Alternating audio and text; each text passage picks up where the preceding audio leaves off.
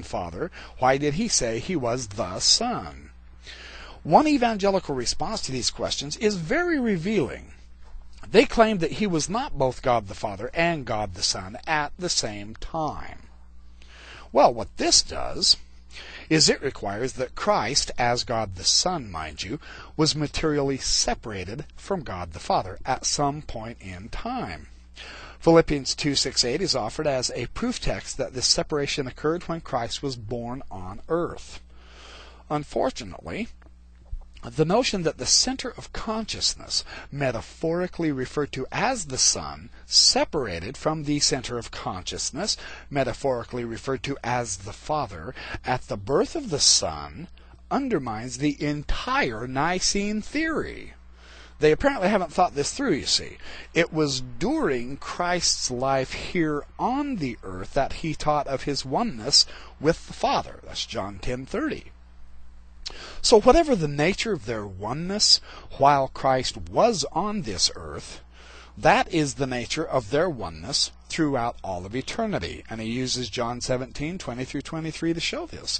Since this explanation admits that the oneness of God did not include co-substantiality while Christ was on earth, evangelicals must admit that the oneness of the Father and the Son does not include co-substantiality at any time. It's a man-made doctrine, in other words, is what he's saying. The problem with the Nicene Creed is that it just flatly contradicts the Bible everywhere you look. It does speak of the Father, the Son, and the Holy Ghost, of course, separately. It's more mechanical interpretation of their oneness. But this does not allow for true separation at all. The Creed says that the three are separate, but that they are not separate. Well, this is a classical paradox. Not only does this paradox make God a what, it eliminates any rational explanation for an unending number of Bible teachings, all of which imply a literal separation between the three. For example, these are some pertinent questions Hopkins comes up with. How can the Father and the Son be the same in the triune sense when one was the teacher of the other? John 5:19 and 20 and John 8:28. If the Father and the Son were the same in the way the Nicene Creed describes, why did one raise the other from the dead? Galatians 1:1 and Ephesians 1:20. How could the Son have been sent by the Father? How could the Son be the firstborn of the Father? See, unless the Father and the Son were literally and mechanically separate individuals, it's inconceivable that they would not share the same knowledge. Yet the Bible teaches that they do not share the same knowledge. Matthew 24:36 reads in part, let me get to this, "But of that day and hour no one knows, not even the angels of heaven, nor the Son, but the Father alone." You see how this works? It's fascinating that the Father knows something that the Son doesn't. They're obviously separate. The Nicene dogma mandates that such references be taken figuratively, for a literal father-son relationship is impossible in the Trinitarian view. A son can hardly be his own father, or a father his own son. So the Trinity doctrine, the problem with the Trinity doctrine is it denies any real fatherhood of God. This is doubtless the saddest contradiction of biblical truth embraced at Nicaea. It refutes the family relationship, is what it does.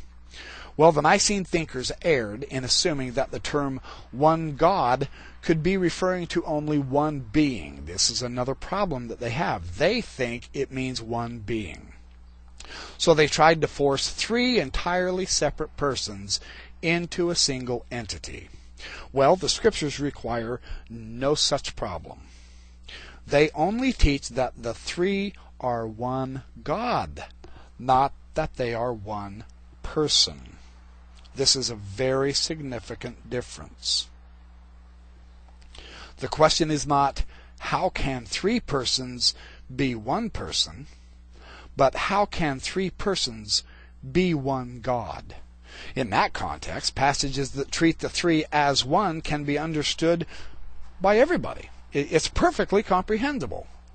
The word God in the New Testament comes from the theos, the Greek word theos. This designates an object of worship, and no biblical text demands that this word refers to a singular person, except when it's used to identify a specific individual who bears the title of God, of course. So the Bible teaches that there are three entirely separate individuals who are so perfectly organized and united that they constitute a single, universal authority over all things. See, the term God, used of the three collectively in this manner, is best rendered Godhead. And that term is derived from Paul's writings. See, that we don't have to go to the creeds for this at all. It's already in the Scriptures. He referred to Theos, the Godhead, or that which is divine, in Acts 17:29. He referred to Theotes, divinity, in Romans 1:20, and Theotes, deity, in Colossians 2:9. Now, what the King James translators did is they wisely rendered all three of these words as Godhead. And so what they did is they correctly captured the sense of a composite unity in the Bible's teachings about the oneness of God. See, all of these concepts necessary to understand this sense of oneness are used in other contexts in the Bible, and that are also common to our own human experience.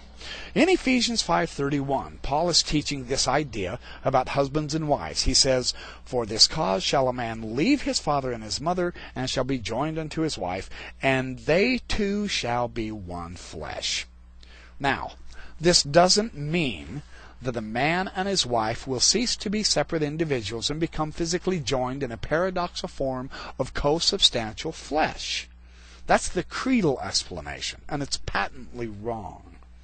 The perfect unity of husband and wife, like that of the Godhead, is one of authority and will and character and goals. It's not a literal substance or the homoousios.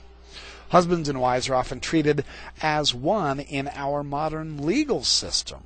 See, in community property states, either the husband or the wife are authorized to act as the sole administrator or manager of jointly owned property for the community. Now notice this. This is a singular term used to refer to the married partner's collectivity. Now, a group of individuals are treated as one in a corporation, and in some ways even in a partnership. See, a board of directors. These can comprise any number of individuals, and it's often referred to in the singular as the board. Likewise, a military group acting jointly is called a unit.